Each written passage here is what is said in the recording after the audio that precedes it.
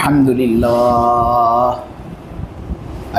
لله نحمده ونستعينه ونستغفره ونؤمن به ونتوكل عليه ونعوذ بالله من شرور أنفسنا ومن سيئات أعمالنا من يهده الله فلا مضل له ومن يضلله فلا هادي له ونشهد أن لا إله إلا الله وحده لا شريك له ونشهد أن سيدنا ومولانا وحبيبنا محمدا عبده ورسوله الحمد لله وكفى والصلاة والسلام على رسوله المصطفى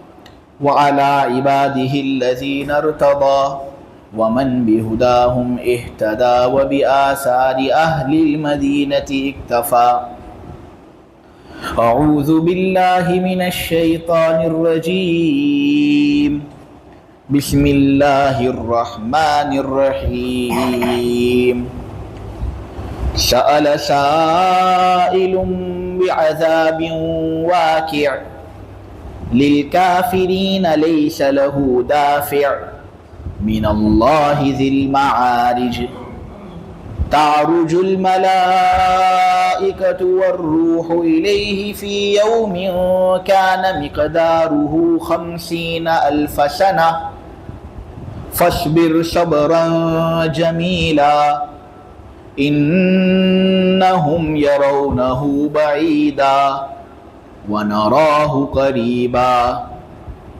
يوم تكون السماء كالمهل وتكون الجبال كالعهن ولا يسأل حميم حميما يبشرونهم يود المجرم لو يفتدي من عذاب يومئذ ببنيه وصاحبته وأخيه وفصيلته التي تؤويه ومن في الأرض جميعا ثم ينجيه.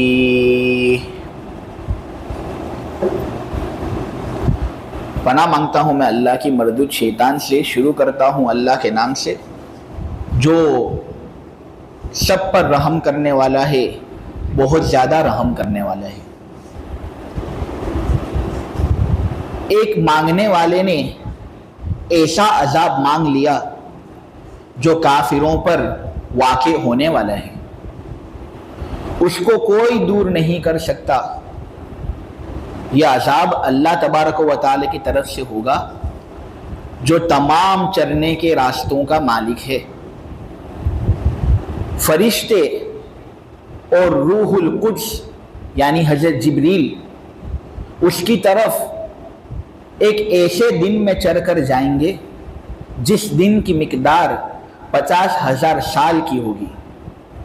اے نبی، آپ خوبصورتی کے ساتھ صبر کیجئے. یقیناً یہ کافر لوگ قیامت کو دور سمجھ رہے ہیں اور ہم قیامت کو قریب دیکھ رہے ہیں. یہ عذاب اس دن ہوگا جب آسمان تیل کی تلچھٹ کی طرح ہو جائے گا، پگھلے ہوئے تانبے کی طرح ہو جائے گا، اور پہاڑ رنگین اون کی طرح ہو جائیں گے. کوئی جگری دوست کسی جگری دوست کے بارے میں پوچھے گا نہیں، اور اس کا حال بالکل بھی پوچھے گا نہیں، حالانکہ وہ آپس میں ایک دوسرے کو دکھا دیے جائیں گے. مجرم یہ چاہے گا کہ کاش اس دن عذاب سے بچنے کے لیے اپنے بیٹے کو اور اپنی اولاد کو فدیے کے اندر دے دے. وہ چاہے گا کہ کاش میں اپنی بیوی اور اپنے بھائی کو فدیے میں دے دوں، اپنے اس خاندان کو فدیے میں دے دوں جو مجھے پناہ دیتا ہے. وہ چاہے گا اپنے اس خاندان کو بطور فدیہ پیش کرنا جو اس کو پناہ دیتا ہے، ان تمام باشندوں کو فدیے کے اندر دینا پسند کرے گا وہ جو زمین کے اندر رہتے ہیں، تاکہ وہ پھر فدیے میں ان کو پیش کرنے کے بعد عذاب سے نجات پا لے۔ الحمدللہ اللہ کے فضل و کرم سے سورہ معارج کی تفسیر شروع ہوئی۔ آج پہلی قسط ہے اس کی تفسیر کے سلسلے میں۔ یہ سورت سورہ حاقہ کے بعد نازل ہوئی اور سورہ نبا سے پہلے اس سورت کا نزول ہوا۔ سورہ حاقہ کے اندر جو مضمون ہے تقریباً سورہ معارج کا مضمون بھی ایسا ہی ہے، یعنی احوال قیامت کا ذکر ہے اس میں، اور مؤمنین کی جزا اور کافروں کی سزا کا تذکرہ ہے اس میں، اور اس میں یہ بات بیان کی گئی ہے کہ دیکھو اچھے کام کرو گے تو اللہ تبارک و تعالی اچھا بدلہ دے گا، اور اگر برے کام کیے تو اللہ تبارک و تعالی برا بدلہ دے گا۔ سورہ معارج مکی سورت ہے، یعنی ہجرت سے پہلے یہ نازل ہوئی۔ اس کے اندر 2 رکوع ہیں اور 44 آیتیں ہیں۔ اس کے اندر کلمات کی تعداد ہے 216 اور حروف کی تعداد جو اس سورت کے اندر ہے وہ ہے 861۔ اب اللہ تبارک و تعالیٰ کا فضل ہے اور وہ تو ہم پر فضلی کرتا رہتا ہے، ہم ہوتے ہیں کہ ہم اس کی ناشکری کرتے ہیں، لیکن اللہ تبارک و تعالیٰ تو ہمیں نوازتا ہی ہے۔ اللہ کا ایک دستور ہے اور وہ یہ ہے کہ جو آدمی بھی قرآن کا ایک حرف پڑھتا ہے نا تو بدلے میں اس کو 10 نیکیاں اور 10 اجر ملتے ہیں۔ میرے عزیزو، جب اس سورت کے اندر 861 حروف ہیں تو انشاءاللہ اس سورت کو پڑھنے کے نتیجے میں کم سے کم ایک آدمی کے کھاتے کے اندر اور بینک کے اندر 8610 اجر جمع ہو جاتے ہیں، اور وہ بھی کم سے کم اجر۔ آدمی کا اخلاص جتنا زیادہ ہوگا، دل کے اندر اللہ کی یاد جتنی زیادہ ہوگی، جتنا زیادہ اللہ تبارک و تعالیٰ کا ذکر اور استحضار قلب کے اندر ہوگا، اللہ تبارک و تعالیٰ اس کا اجر اس کے لیے بڑھاتے جائیں گے، یہاں تک کہ اس کی تو کوئی انتہا ہے ہی نہیں۔ وہ مقدار کیا ہے وہ تو اللہ ہی زیادہ بہتر جانتے ہیں۔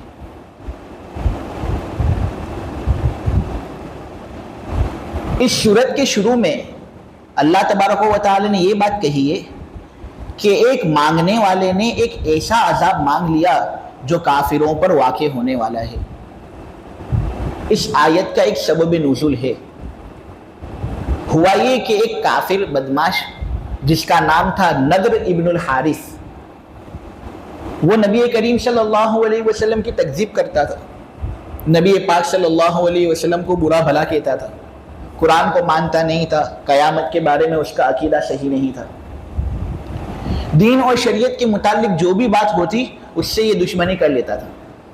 اب ایک مرتبہ ہوا یہ کہ جب نبی کریم صلی اللہ علیہ وسلم دعوت دے رہے تھے تو اس نے یہ کہا کہ یہ نبی دعوت دیتا رہتا ہے اور یہ کہتا رہتا ہے کہ اگر ہم اس پر ایمان نہیں لاتے اور بری حرکتوں کو چھوڑتے نہیں ہیں تو اللہ تعالیٰ کی طرف سے عذاب آئے گا۔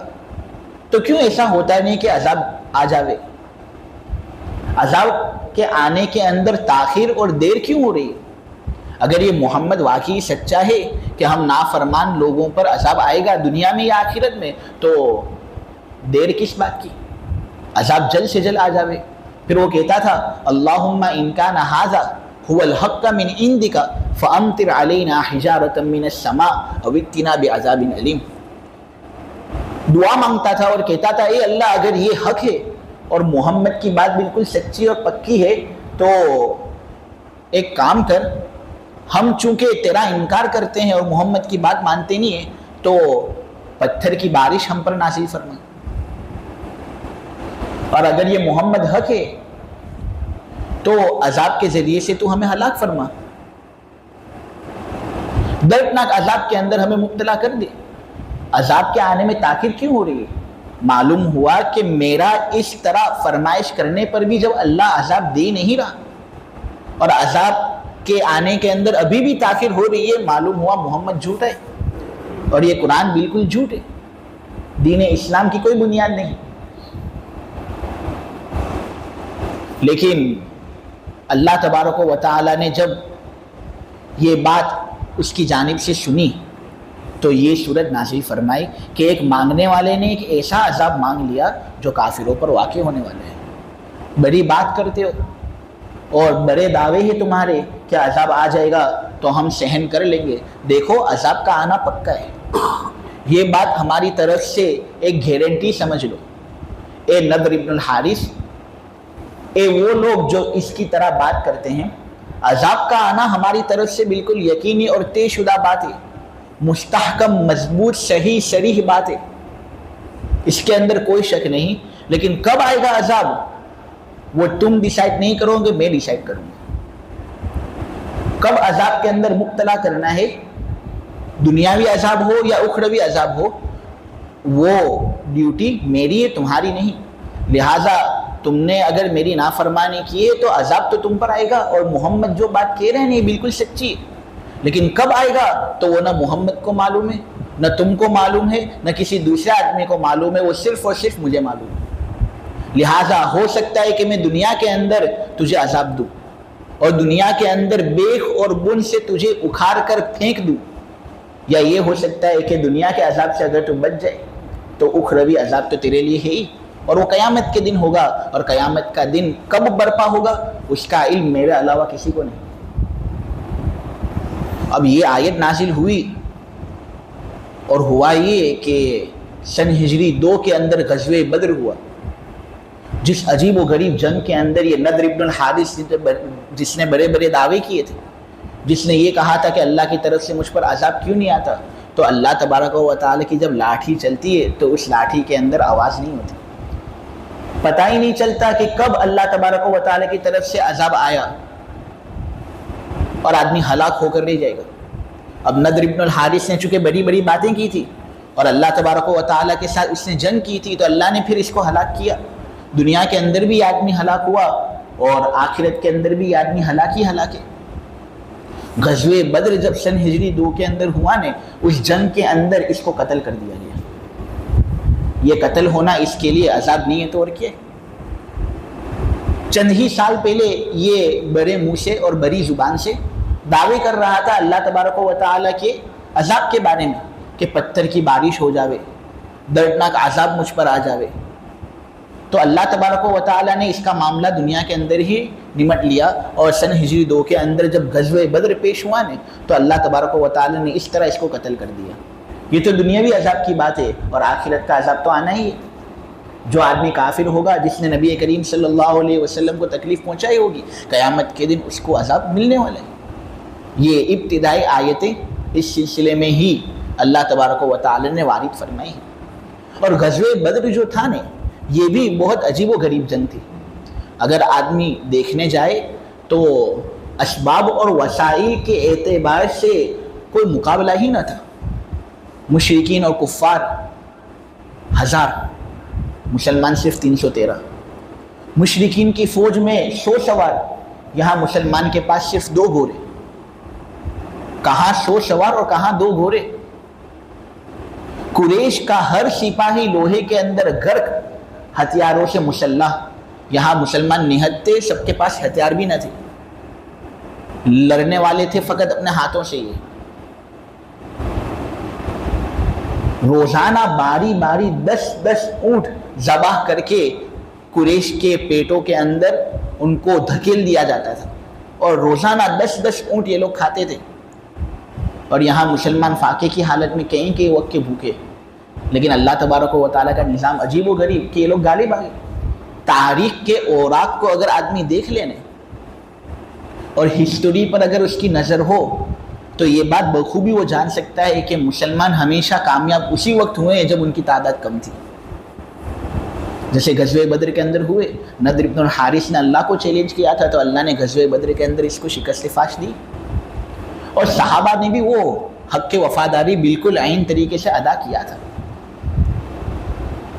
نبی کریم صلی اللہ علیہ وسلم کے پاس جب جنگ کی بات آئی کہ اب تو جنگ کرنی پڑے گی ان کے ساتھ ورنہ یہ لوگ ہم پر حملہ کریں گے اور ہمیں نقصان پہنچائیں گے، تو حضور نے صحابہ سے مشورہ کیا. یہ روایت مسلم کے اندر موجود ہے، اس کو بیان کرتے ہیں حضرت انس رضی اللہ تعالیٰ عنہ. تو حضرت سعد ابن عبادہ رضی اللہ تعالیٰ عنہ کھڑے ہوتے ہیں اور کہتے ہیں اے نبی تم ہم سے کیا چاہتے ہو؟ تم کیوں گھبرا رہے ہو؟ کفار حملہ کرنے آ رہے ہیں اور آپ کو نقصان پہنچانا چاہ رہے ہیں، تو آپ بولو، آپ جو بولو گے ہم وہ کرنے کے لیے تیار. اگر آپ ہمیں کہو گے کہ تم اپنی سواریوں پر بیٹھو اور سواریوں پر بیٹھ کر لمبا سفر کرو برق الغماد کی طرف جو مدینے سے بہت دور تھا، تو ہم سواری پر بیٹھ کر لمبا سے لمبا سفر طے کرنے کے لیے تیار ہیں. اگرچہ ہانپ ہانپ کر ہماری سواریوں کے جو جگرے ہیں وہ پھٹ جائیں، فاش ہو جائیں، لیکن ہم وہ لمبا سفر آپ کے لیے طے کر لیں گے اگر آپ ہمیں حکم دو تو. اے نبی اگر آپ ہمیں حکم دو تو ہم ہماری سواریوں کو لیں اور ان سواریوں کو لے کر سمندر کے اندر کود پڑیں دشمن پر حملہ کرنے کے لیے. آپ حکم تو کہو، آپ کا حکم سر آنکھوں پر.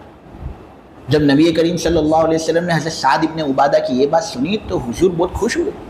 حضور کو ایک حوصلہ آیا، اسی حوصلے کی وجہ سے غزوہ بدر کے اندر مسلمان کامیاب ہوئے. لیکن اس میں ایک بحث یہ ہے کہ کیا یہ بات واقعتاً حضرت سعد ابن عبادہ نے کہی ہے؟ تو مسلم شریف کے اندر تو نام سعد ابن عبادہ ہی کا ذکر کیا گیا ہے، لیکن جو محقق لوگ ہیں اور حدیث کے سلسلے میں جن کو مہارت ہے وہ یہ کہتے ہیں کہ یہاں پر سعد ابن عبادہ مراد نہیں بلکہ سعد ابن معاذ رضی اللہ تعالیٰ عنہ یہاں پر مراد ہے، اس لیے کہ یہ غزوہ بدر کی بات چل رہی ہے اور غزوہ بدر کے اندر تو سعد ابن عبادہ بیماری کی وجہ سے حاضر ہی نہ ہو پائے تھے، تو پھر اس طرح کی بات ان کی جانب سے کس طرح نقل کی جا سکتی ہے؟ تو یا تو یہ کہیں کہ غزوہ بدر کے لیے ابھی روانگی ہوئی نہیں، روانگی سے پہلے سعد ابن عبادہ نے یہ بات کہی تھی اور پھر اس کو حدیث کے اندر ملایا گیا، یا یہ کہہ سکتے ہیں کہ یہ بات حضرت سعد ابن عبادہ کی ہے ہی نہیں بلکہ حضرت سعد ابن معاذ رضی اللہ تعالیٰ عنہ نے یہ حوصلہ افزائی والے کلمات نبی کریم صلی اللہ علیہ وسلم کے سامنے پیش کیے تھے.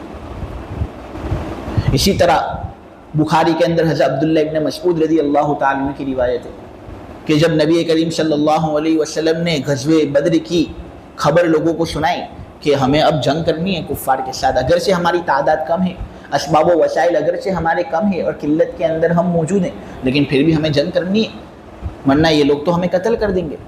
تو اس وقت حضرت مقداد رضی اللہ تعالیٰ عنہ نے یہ کہا کہ اے نبی ایک بات میری سن لو، دیکھو ہم آپ سے یہ نہیں کہیں گے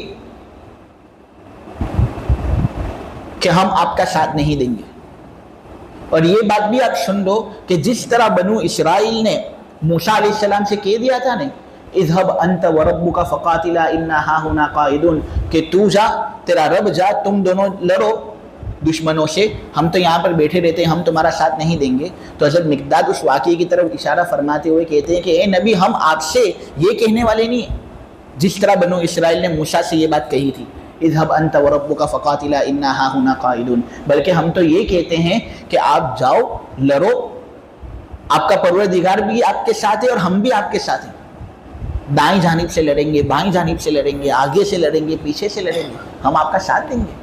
نبی کریم صلی اللہ علیہ وسلم کو اس چیز کی وجہ سے بھی بہت زیادہ ہمت آئی. نبی کریم صلی اللہ علیہ وسلم نے خود دعا فرمائی تھی کہ اللہم ان تہلک هذه العصابہ من اہل الاسلام لا تعبد فی الارض اللہم انجز ما وعدتنی، اے اللہ جو وعدہ تو نے مجھ سے کیا ہے اس کو تو پورا فرما، اگر یہ گروہ آج ہلاک ہو جائے گا تو پھر زمین پر قیامت تک کے لیے تیری عبادت کرنے والا کوئی بچے گا نہیں. تو یہ سب چیزیں تھی صحابہ کی ہمتیں، نبی کریم صلی اللہ علیہ وسلم کی دعا جس کی وجہ سے مسلمان کم ہونے کے باوجود کفار پر غالب آ گئے، اور جس میں یہ نالک نضر ابن الحارث بھی مارا گیا، قتل کیا گیا. 70 مشرکین قتل کیے گئے اور 70 مشرکین قید کر دیے گئے اور باقی نے سب فرار اختیار کی. مسلمانوں میں سے فقط 14 نے شہادت نوش فرمائی تھی اس دن، اس میں سے 8 انصار تھے، 6 مہاجر. ورنہ صحابہ میں سے ہر ایک فرد ابو طالب کے اس شعر کا مصداق بن چکا تھا. وَنُسَلِّمُهُ حَتَّى نُسَرَّعَ حَوْلَهُ وَنُذْهَلُ عَنْ أَبْنَائِنَا وَالْحَلَائِلِ. ہم محمد صلی اللہ علیہ وسلم کو دشمن کے حوالے اس وقت کریں گے جب ہم ان کے ارد گرد لڑ کر مر جائیں اور ہم اپنے بیٹوں اور بیویوں سے بھلا نہ دیے جائیں. یہ ابو طالب نے نبی کریم صلی اللہ علیہ وسلم کے لیے کہا تھا. چنانچہ شاعر کہتا ہے عجب انداز سے آئے خدا کے چاہنے والے، زبان خشک پوشاکیں دریدہ پاؤں میں چھالے. انہی کا فرض تصویر وفا میں رنگ لانا تھا، انہی کا فرض تصویر وفا میں رنگ لانا تھا، رگے ہستی کو اپنے خون سے سیراب کرنا تھا. لہٰذا اس جنگ کے اندر نضر بن الحارث کو قتل کیا گیا، جو عذاب کا دعویٰ کر رہا تھا اور کہہ رہا تھا کہ عذاب میرے پر آوے بھی تو بھی میں عذاب سے بچ جاؤں گا. تو اللہ تبارک و تعالیٰ نے اولاً تو غزوہ بدر کے ذریعے سے اس کو ہلاک فرمایا، نے آخرت کے اندر تو عذاب ہوگا ہی. یہ عذاب ایسا ہوگا کہ اس کو کوئی روک نہیں سکتا. چنانچہ قیامت کا عذاب بھی ایسا ہے کہ اس کو کوئی روک نہیں سکتا. اور غزوہ بدر کے اندر بھی جو قتل و قتال ہوا اس کو کوئی روک نہ سکا. تھے ان کے 100 سواریاں تھیں، بڑی بڑی تعداد تھی، ان کے ہتھیار تھے ان کے پاس، لیکن عذاب کو کوئی روک نہ سکے. یہ عذاب اللہ تبارک و تعالی کی طرف سے آئے گا جو تمام چلنے کے راستوں کا مالک ہے. دیکھو یہ آیت نمبر 3 کے اندر معارج کا لفظ ہے. اسی معارج کے لفظ سے اس سورت کا نام سورہ معارج رکھا گیا. اسی طرح اس سورت کا ایک نام سأل سائل بھی ہے. اور اتقان کے اندر علامہ سیوطی رحمۃ اللہ علیہ یہ فرماتے ہیں کہ اس سورت کا ایک نام واقع بھی ہے، کیونکہ آیت نمبر 1 کے اندر واقع کا لفظ موجود ہے. خیر یہاں پر جو سورت کا نام نسخوں کے اندر لکھا ہوا ہے وہ ہے معارج. معارج کہتے ہیں چرنے کی جگہوں کو، وہ راستے جن پر چڑھ کر آدمی کسی منزل پر پہنچتا ہے. اب ہوتا یہ کہ فرشتوں کا عالم بالا سے عالم دنیا تک آنا جانا ہوتا رہتا ہے. وہاں سے احکام لاتے ہیں، یہاں پر نافذ کرتے ہیں. یہاں اعمال جو ہوتے ہیں وہ اللہ تبارک و تعالیٰ کے یہاں پر پیش فرماتے ہیں. تو فرشتوں کا دنیا میں اور آسمان میں آنا جانا لگا رہتا ہے مسلسل. لیکن یہ جو آنا جانا ان کا لگا رہتا ہے وہ مختلف راستوں کے ذریعے سے ہوتا ہے اور ان کو مختلف جگہوں سے چلنا پڑتا ہے آنے جانے کے لیے. انہی چلنے کے راستوں کو معارج کہا جاتا ہے. نبی کریم صلی اللہ علیہ وسلم کا ایک اعزاز، اور یہ بھی کہہ دو اعجاز، معراج جو نبی پاک صلی اللہ علیہ وسلم کو کرائی گئی تھی رجب کے مہینے کے اندر 27ویں شب کو، پیر کی رات کو. تو یہ جو معراج نبی پاک صلی اللہ علیہ وسلم کو کرائی گئی نہیں تو اس معراج کو بھی معراج اسی وجہ سے کہتے ہیں کہ اس میں حضور آسمان کی طرف چڑھے تھے. بخاری کے اندر روایت ہے، اس میں ایک اشارہ اس بات کی طرف ملتا ہے کہ ایک سیڑھی اتری تھی نبی کریم صلی اللہ علیہ وسلم کے لیے، اور حضور براق پر تھے اور براق پر سوار ہو کر اس سیڑھی پر چڑھ کر نبی کریم صلی اللہ علیہ وسلم نے آسمانوں کی سیر فرمائی. تو معراج کو بھی معراج اسی وجہ سے کہتے ہیں کیونکہ حضور نے جو آسمان کی سیر کی وہ چڑھنے کے ذریعے سے کی اور سیڑھی کے ذریعے سے کی، اسی لیے معراج کو معراج کہتے ہیں. معراج کی بہو وچن اور معراج کی جمع معارج ہے، اس کا پلورل معارج ہے، یعنی بہت سارے چرنے کے راستے. چونکہ فرشتے بہت سارے چرنے کے راستوں سے یہاں وہاں ہوتے ہیں، اللہ کے احکام نافذ کرنے کے لیے ان کو ان چرنے کے راستوں کو استعمال کرنا پڑتا ہے، اس لیے یہاں پر معارج کہا گیا. اب اس کو ما قبل والے عذاب سے کیا مناسبت یہی ہے کہ جب اللہ تبارک و تعالیٰ کو کوئی دنیا کے بارے میں فیصلہ نافذ کرنا ہوتا ہے تو اللہ وسیلہ بناتا ہے فرشتوں کو، اور فرشتے آتے جاتے رہتے ہیں حکم لینے کے لیے، حکم دینے کے لیے ان چرنے کی جگہوں کو ذریعہ بنا کر. تو اللہ تبارک و تعالیٰ یہ کہنا چاہ رہے ہیں کہ دیکھو فرشتے جو آتے جاتے رہتے ہیں نا، تو جس راستے سے وہ آتے جاتے رہتے ہیں وہ راستہ میری ملکیت میں ہے. کب میں عذاب کا حکم دے دوں گا ان کو اور وہ اس راستے سے حکم لے کر دنیا میں عذاب نافذ کر دیں گے، قیامت کو جاری اور ساری کر دیں گے، تمہیں خبر بھی نہیں پڑے گی. لہٰذا اس سلسلے میں تمہیں بہت زیادہ بے خوفی برتنی نہیں چاہیے، بہت زیادہ مطمئن نہیں ہونا چاہیے، اپنے آپ کو بے چین رکھو، اسی میں فائدہ اور اسی میں عافیت ہے. اب یہاں پر اگرچہ یہ آیت نازل ہوئی نضر بن الحارث کی وجہ سے، لیکن ایک قاعدہ ہے قرآن کا، وہ ہے العبرۃ لعموم الالفاظ لا لخصوص الاسباب. کہ اعتبار الفاظ کے عموم کا ہے، اسباب کی خصوصیت کا نہیں۔ اب اگرچہ سبب کے اندر نضر ابن الحارث کو خصوصی طور پر ذکر کیا گیا ہے، لیکن جو لفظ سائل ہے نا، اس کا ترجمہ ہوتا ہے مانگنے والا، اس میں نضر ابن الحارث کا تذکرہ نہیں۔ اس سے یہ بات معلوم ہوتی ہے کہ جو آدمی بھی نضر ابن الحارث کی طرح اللہ کو چیلنج کرے گا، اللہ تبارک و تعالیٰ ایک نہ ایک دن اس کو ہلاک کرے گا اور اس کو نیست و نابود کرے گا۔ اس لیے آدمی اللہ تبارک و تعالیٰ کے آڑے کبھی بھی نہ آئے اور اللہ تبارک و تعالیٰ کے حکم کی فرما برداری کرے، کبھی بھی اس کی نافرمانی نہ کرے۔ یہ عذاب اللہ تعالیٰ کی طرف سے ہوگا جو تمام چرنے کے راستوں کا مالک ہے، فرشتے اور روح القدس۔ روح سے یہاں پر مراد حضرت جبریل امین ہے، کیونکہ یہ قرآن کی ایک آیت ہے نزل بہ الروح الامین، اس میں روح سے مراد حضرت جبرائیل کو لیا گیا ہے، تو یہاں پر بھی روح سے مراد ہم حضرت جبرائیل کو لیں گے، ورنہ روح کے الگ الگ معنی ہیں۔ بعض لوگوں نے روح کا معنی اسپرٹ کا لیا ہے جو انسان کے جسم کے اندر ہوتی ہے، بعض لوگوں نے روح کا معنی قرآن لیا ہے، بعض لوگوں نے روح کے الگ الگ معنی بیان فرمائے ہیں، لیکن جو صحیح معنی یہاں پر ہے وہ ہے یہ کہ روح کا معنی ہے حضرت جبرائیل۔ تو حضرت جبرائیل اور فرشتے اللہ تبارک و تعالی کی طرف قیامت کے دن چڑھ کر جائیں گے اور اللہ تبارک و تعالی کے پاس حاضر رہیں گے تاکہ اللہ تبارک و تعالی ان کو جو حکم دے وہ حکم وہ نافذ کر سکے۔ اور وہ قیامت کا دن اتنا خوفناک ہوگا، اتنا خطرناک ہوگا کہ اس کی مقدار 50,000 سال کے برابر ہوگی۔ یعنی اس دن تو سورج ہوگا نہیں نا، اذا الشمس کوورت، سورج کو تو لپیٹ کر رکھ دیا جائے گا، آسمان پھاڑ دیا جائے گا، آسمان کے اندر پھٹن ہوگی، رکھنا ہوگا، یعنی دنیا تو ہوگی نہیں۔ تو پھر اللہ تبارک و تعالیٰ نے قیامت کے دن کو سمجھانے کے لیے سال کا لفظ کیوں استعمال کیا؟ کیونکہ سال کا دار و مدار سورج پر ہوتا ہے۔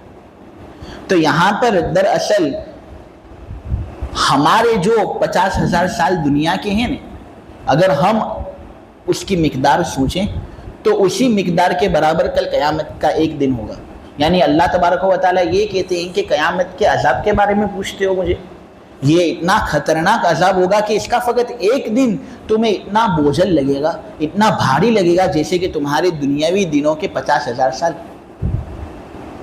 انسان کی 60 سال کی زندگی گزرتی نہیں ہے، 70 سال کی زندگی گزرتی نہیں ہے، لیکن قیامت کا ایک دن ہی اتنا خطرناک ہوگا کہ وہ ایسا لگے گا جیسا کہ 50,000 سال ایک دن کے پورا ہونے کے اندر ختم ہوئے۔ تو یہ عذاب ایسا ہے کہ اس کے بارے میں سوال اللہ تبارک و تعالی سے کرنا مناسب نہیں۔ اب سوال یہاں پر یہ ہوتا ہے کہ اس آیت کے اندر یہ بات بتائی گئی ہے کہ قیامت کا ایک دن 50,000 سال کے برابر ہوگا، اور سورہ الف لام میم سجدہ جو امام صاحب فجر کی نماز کے اندر پڑھتے ہیں جمعہ کے دن، اس کی 5ویں نمبر کی آیت کے اندر یہ ہے کہ قیامت کا ایک دن 1,000 سال کے برابر، کان مقدارہ الف سنۃ مما تعدون۔ تو قرآن ہی کی ایک آیت کے اندر یہ بات ہے کہ قیامت کا ایک دن 1,000 سال کے برابر، اور یہاں پر اس آیت میں یہ بات بتائی گئی ہے کہ قیامت کا ایک دن 50,000 سال کے برابر۔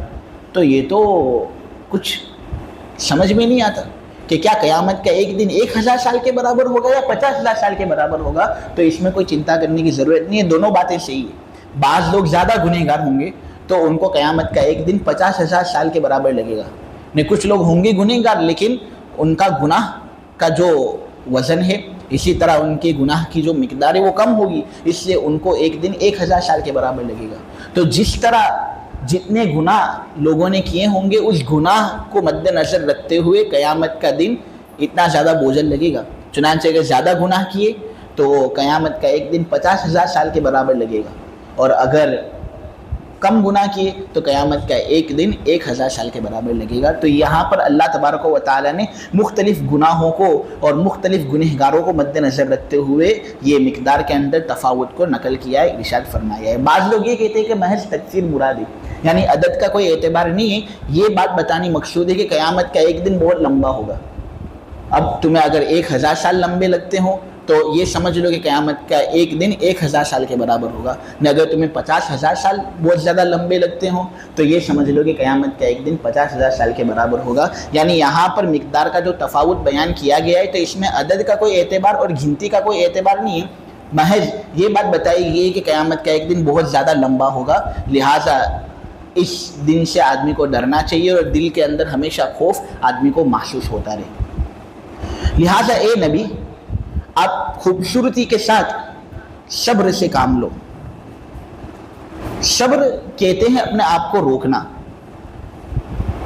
اس کی 3 قسمیں ہیں۔ نمبر 1 صبر علی الطاعات، نمبر 2 صبر عن المعصیات، اور نمبر 3 صبر علی البلایا والمصائب۔ یہاں نبی کریم صلی اللہ علیہ وسلم کو یہ بات کہی جا رہی ہے کہ آپ خوبصورتی کے ساتھ صبر کرو۔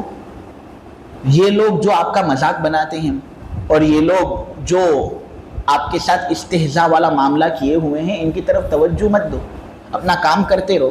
تو یہاں پر صبر کی 3 قسمیں مراد ہیں، یعنی صبر علی الطاعات بھی مراد ہے، صبر عن المعصیت بھی مراد ہے، اور صبر علی البلایا والمصائب بھی مراد ہے۔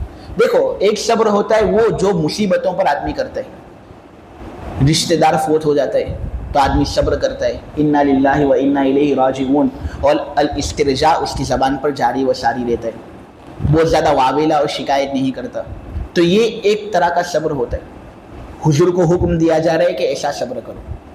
اسی طرح نبی کریم صلی اللہ علیہ وسلم کو صبر علی الطاعات کا بھی حکم دیا گیا ہے کہ آدمی نیکی کرے تو نیکی کے اندر ہمیشگی کرنا اور نیکی کرنے پر برقرار رہنا، یہ بھی ایک طرح کا صبر ہوتا ہے۔ مثلا آدمی نے ایک دن 5 وقت کی نماز پڑھی لیکن دوسرے دن 5 وقت کی نماز نہیں پڑھتا، تو یہ صبر نہیں ہے۔ نیکیوں پر صبر کرنے کا مطلب یہ کہ آدمی نیکیاں کرتا رہے، اس پر برقرار رہے۔ تو ہم ایک ہی صبر سمجھتے ہیں، وہ جو معروف و مشہور ہوتا ہے کہ کوئی رشتہ دار فوت ہو جاوے، کوئی غم کی خبر آتی ہے تو آدمی اس پر صبر کرتا ہے، شکایت اور واویلا نہیں کرتا۔ تو یہ تو ایک صبر ہے ہی، لیکن ساتھ ساتھ ایک صبر وہ ہے جو نیکیوں پر ہوتا ہے کہ آدمی نیکیاں اگر ہمیشگی کے ساتھ کرتا رہتا ہے، اس پر برقرار رہتا ہے اور کبھی بھی اس میں کوتاہی نہیں کرتا، تو یہ بھی ایک طرح کا صبر ہے، کیونکہ وہ مشقت برداشت کر رہے ہیں ہمیشگی کرنے میں۔ روزانہ 5 وقت کی نماز پڑھتا ہے ماشاءاللہ، وقت پر مسجد کے اندر آ جاتا ہے، اپنے نفس پر بوجھ ڈالتا ہے، تو یہ چیزیں اچھی ہوتی ہیں، یہ بھی ایک طرح کا صبر ہے، اس کو بھی آدمی اختیار کرے۔ تو یہ 2 طرح کے صبر ہوئے، اور ایک ہوتا ہے صبر عن المعصیات، یعنی گناہوں سے اپنے آپ کو باز رکھنا۔ گناہ کرنے کو ہر آدمی چاہتا ہے، عام آدمی بھی چاہتا ہے کہ گناہ کرے، اور خاص آدمی بھی چاہتا ہے کہ گناہ کرے۔ اللہ والا ہوگا وہ بھی گناہ کرنا چاہے گا، اور جو نیک لوگ ہوں گے گناہ کرنا ان کے جی کے اندر ہوتا ہے۔ اسی طرح جو برے لوگ ہوتے ہیں گناہ کرنا ان کو بھی پسند ہے، کیونکہ اللہ نے ہمیں اسی طرح بنایا ہے۔ لیکن آدمی کنٹرول کرے اپنے نفس پر، اپنے جی پر، اور گناہوں سے باز رہے، تو یہ بھی ایک طرح کا صبر ہے۔ حضور کو جو یہاں پر یہ کہا جا رہا ہے کہ آپ خوبصورتی کے ساتھ صبر کرو، یعنی یہ کہ ان کی باتوں کی طرف بالکل توجہ مت دو، میری طرف توجہ دو، اپنے کام کے اندر لگے رہو، عبادت کرتے رہو، اور گناہوں سے باز ہوتے رہو۔ یہ حکم حضور پاک صلی اللہ علیہ وسلم کو یہاں دیا جا رہا ہے۔ اور صبر کی ایک بہتر شکل روزہ رکھنا بھی ہے، اور بعض لوگ تو یہ کہتے ہیں کہ جب صبر بولا جاتا ہے تو اس سے مراد روزہ رکھنا ہی ہوتا ہے، کیونکہ روزہ رکھنے کے اندر بھی آدمی صبر کرتا ہے، جماع کرنے سے صبر کرتا ہے، کھانے سے صبر کرتا ہے، پینے سے صبر کرتا ہے، تو یہ بھی ایک طرح کا صبر ہے۔ اس لیے آدمی روزے رکھے، روزہ بھی بہت زیادہ افضل ہے، کیونکہ بعض لوگ تو یہ کہتے ہیں اور بعض فقہا یہ کہتے ہیں کہ روزہ رکھنا نماز پڑھنے سے بھی افضل ہے۔ وجہ اس کی یہ بیان کی جاتی ہے کہ روزہ ایک پوشیدہ عبادت ہے، کوئی آدمی اگر روزے سے ہوگا کسی کو معلوم چلے گا نہیں کہ وہ روزہ رکھ رہا ہے یا نہیں، کیونکہ یہ ایک ایسی چیز ہے جو اس کے باطن سے ملی ہوئی ہے۔ ہو سکتا ہے دن کے اندر کوئی آدمی تمہارے ساتھ بیٹھا ہوا ہو، بات چیت کر رہا ہو، لیکن اس کا روزہ ہو۔ دیگر جتنی بھی عبادتیں ہوتی ہیں نا وہ چونکہ نظر آتی ہے اور روزہ نظر نہیں آتا، اس لیے اس عبادت کے اندر ریاکاری کا شائبہ بہت کم ہوتا ہے۔ ریاکاری کے شائبے کے کم ہونے کی وجہ سے بعض لوگوں نے روزے کو فضیلت دی ہے نماز پر۔ نیز آدمی روزہ رکھ کر اپنی فطرت کے خلاف کام کرتے ہیں، اس کا جی چاہتا ہے کہ میں کھاؤں پیوں مزے کروں، لیکن روزہ رکھ کر وہ اپنے جی پر کنٹرول کرتا ہے اور وہ صفت اپناتا ہے جو صفت فرشتوں کی ہوتی ہے۔ فرشتوں کو کھانے کی ضرورت نہیں ہوتی، پینے کی ضرورت نہیں ہوتی، انسان کو کھانے کی ضرورت ہوتی ہے، پینے کی ضرورت ہوتی ہے، لیکن اس کے باوجود وہ صبر کر کے روزہ رکھتا ہے، تو اللہ کو یہ ادا بہت زیادہ پسند آتی ہے کہ بندے تو کھانے سے رک رہا ہے، پینے سے رک رہا ہے، حالانکہ میں نے تیری یہ فطرت بنائی ہے کہ تجھے کھانے کی ضرورت ہوتی ہے، پینے کی ضرورت ہوتی ہے، کھائے پیے بغیر تو اپنی زندگی بسر نہیں کر سکتا۔ لیکن پھر بھی فرشتوں جیسے اوصاف اپنے اندر پیدا کر رہا ہے فرشتہ نہ ہونے کے باوجود، تو یہ ادا اللہ کو چونکہ بہت زیادہ پسند آتی ہے نا، اس لیے بعض لوگ کہتے ہیں کہ جو روزہ آدمی رکھتا ہے یہ صبر کا اعلیٰ درجہ ہے اور نماز سے بھی یہ زیادہ افضل ہے۔ نیز اللہ تبارک و تعالیٰ نے یہ بات کہی بھی ہے کہ ہر عمل کا اجر میرے یہاں پر متعین ہے، اس کو اجر ملتا ہے اور اس کو گنتی کے اعتبار سے آدمی شمار کر سکتا ہے، لیکن روزے کا جو بدلہ ہے اس کا بدلہ میں ہوں، یعنی یہ کہ اس کا بدلہ کتنا زیادہ ہے وہ میرے علاوہ کوئی جانتا ہی نہیں۔ تو یہ روزے کی فضیلت ہے، صبر کی ایک شکل یہ بھی ہے۔ تو اگر آدمی کو مصیبت ہو، دشمن اس کے پیچھے پڑ گئے ہوں، روحانی جسمانی اعتبار سے وہ بیمار ہو، تو آدمی کو چاہیے کہ روزہ رکھے۔ یہ روزہ اعلیٰ درجے کا صبر ہے، اس سے آدمی اللہ تبارک و تعالیٰ کے یہاں پر ایک خاص تقرب حاصل کرتے ہیں۔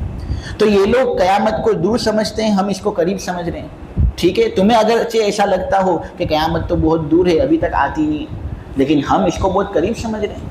اگر تم واقعتاً ان نگاہ سے دیکھتے جس نگاہ سے ہم دیکھ رہے ہیں تو تم عبادتوں کے اندر مشغول ہو جاتے، میری نافرمانی نہ کرتے، اس لیے کہ قیامت قریب ہے۔ جب قریب ہے قیامت تو پھر اس صورت میں تمہیں قیامت کی تیاری کرنی چاہیے۔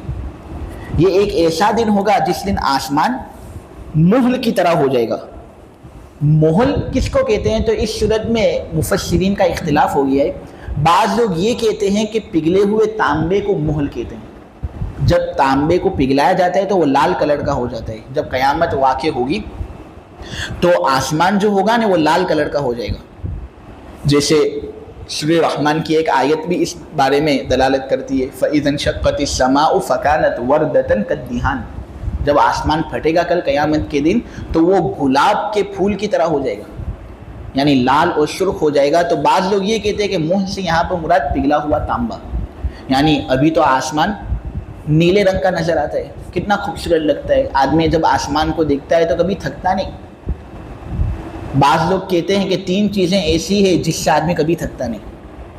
نمبر 1 مکہ مدینہ، آدمی جاتا رہتا ہے لیکن کبھی تھکتا نہیں ہے وہ۔ نمبر 2 قرآن پڑھتا رہتا ہے، کبھی بھی تھکتا نہیں۔ اور تیسرے نمبر کی چیز یہ آسمان کو آدمی دیکھتا ہی رہے تو کبھی تھکے گا نہیں، کیونکہ یہ اللہ کی عجیب و غریب قدرت ہے۔ لیکن یہی نیلا آسمان کل قیامت کے دن جب لال رنگ کا ہو جائے گا نا تو آدمی کو وحشت ہوگی، دہشت ہوگی۔ اللہ کہہ رہے ہیں کہ وہ دن آوے نا، اس سے پہلے تیاری کر لو، اچھے کام کرو، برے کاموں سے اپنے آپ کو بچاؤ، تو یہ دن تمہارے لیے عافیت کے ساتھ گزرے گا۔ بعض لوگ یہ کہتے ہیں کہ مہل کا مطلب ہوتا ہے تیل کی تلچھٹ، جس کو انگلش کے اندر کہتے ہیں مرکی آئل۔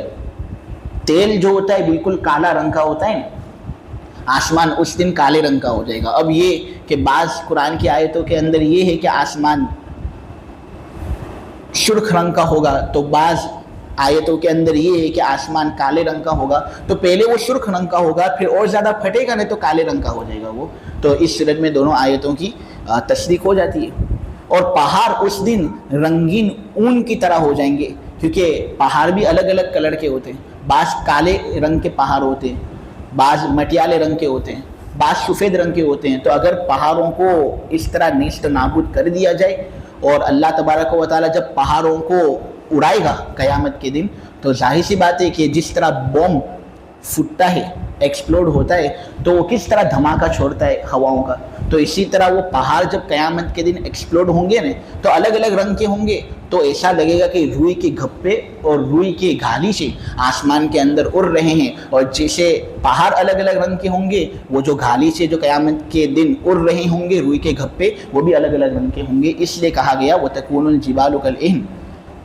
اور اتنا سخت دن کا عذاب ہوگا وہ کہ ایک دوست دوسرے دوست کو پوچھے گا تک نہیں۔ جگری دوست دنیا کے اندر ہوتا ہے، وہ پوچھتا ہے، کوئی دوست اگر پریشانی کے اندر ہو تو وہ مدد کرتا ہے، قرض دیتا ہے، ہاسپٹل کے اندر ہو تو خرچہ دیکھ لیتا ہے، کبھی کبھی عیادت کرتا ہے۔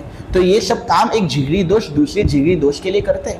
لیکن کل قیامت کے دن آپس میں ایک دوسرے کو دیکھیں گے بھی، لیکن پھر بھی کبھی بھی ایک جگری دوست کسی دوسرے جگری دوست کو اس کے حال تک پوچھے گا نہیں۔ لہٰذا خود آدمی کو ایسے اعمال کرنے چاہیے جس سے اس کو فائدہ ہو۔